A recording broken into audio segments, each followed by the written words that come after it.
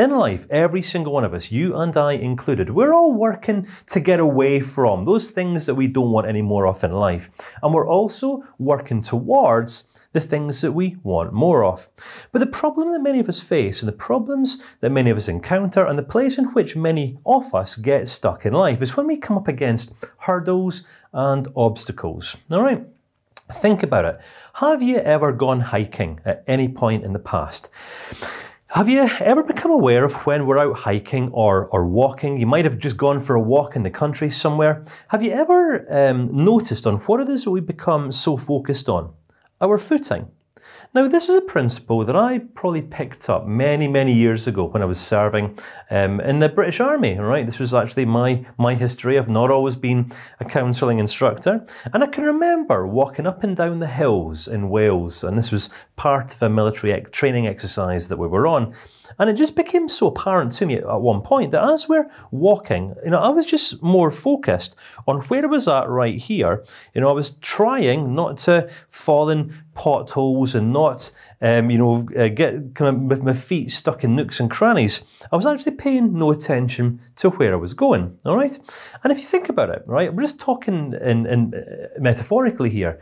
This is sometimes one of the main reasons why we get stuck in life, because we get so focused on where we're at, not trying to fall into holes, that we pay no attention to where we actually want to go, and we can end up, getting sidetracked or steering off in a direction that we actually didn't intend to go. And when we find ourselves in places such as this, we find ourselves in a place of crisis or transition or problem or overwhelm or something like this. And this is where we, as counselling psychologists, now come into play.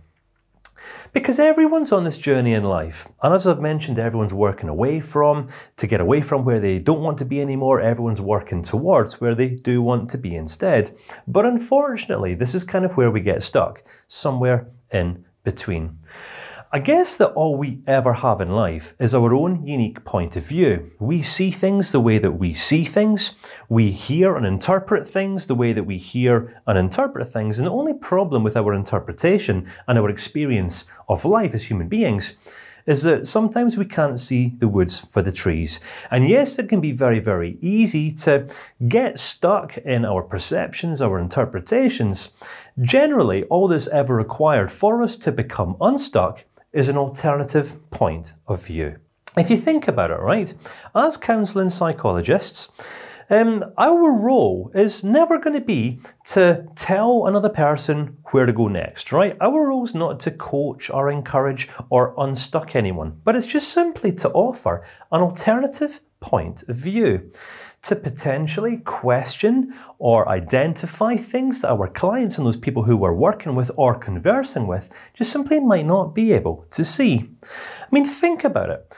What would your life look right now if you had 5 people that you could trust 100% just to be focused solely on you? These people completely had your back. They were just naturally, genuinely intrigued in how it is that you're experiencing life, how you're interpreting life. These people are 100% for you. Now that actually might seem like a bit of an overwhelming thing to consider, right? I don't even have 5 people like that in my life. I do have 2, but many people don't even have 1.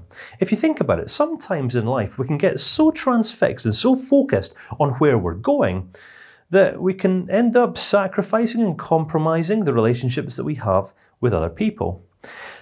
One of the main lessons I've learned throughout life about what it means to live an effective human life is that no one can stand alone in isolation, and no one stands alone in isolation well, which means that we're all relational beings. And the quality of our life is always going to be heavily determined and impacted by the quality of the relationships that we keep. Now, this poses us problems. It poses pretty much every single person in the world problems, because sometimes if we're focused more on where we're going, then we might not be looking to the left or to the right, and this can sometimes come at the cost of the relationships, which can sometimes then lead people into a place of complete isolation. And when people find themselves in this place, when they find themselves with no one else in the world whom they would trust to open up to, this is when they come for counselling.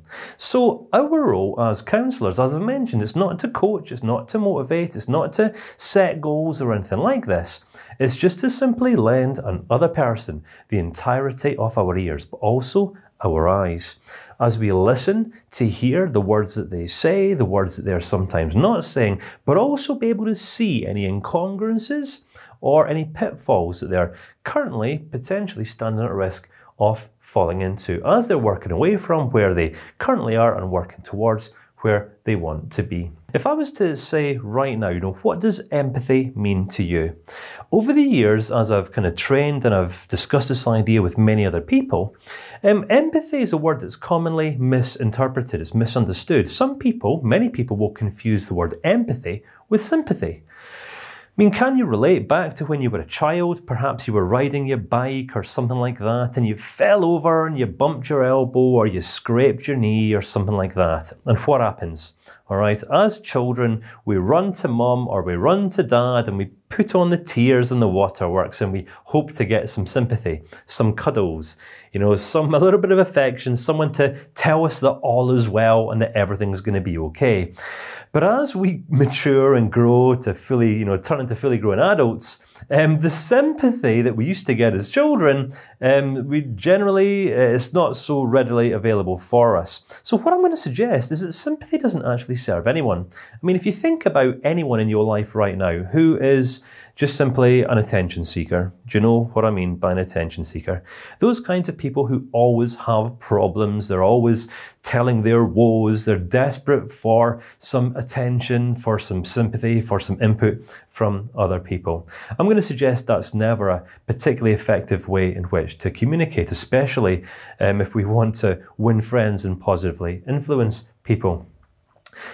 Empathy is less about sympathy, it's less about giving people that pat on the back, but more about it's repositioning ourselves as human beings, as practitioners, as mums, as dads, as parents, as co-workers, as managers, to not even necessarily understand, right, a person's perspective, but it's actually more about just doing our very, very best to experience life through their eyes and see their point of view.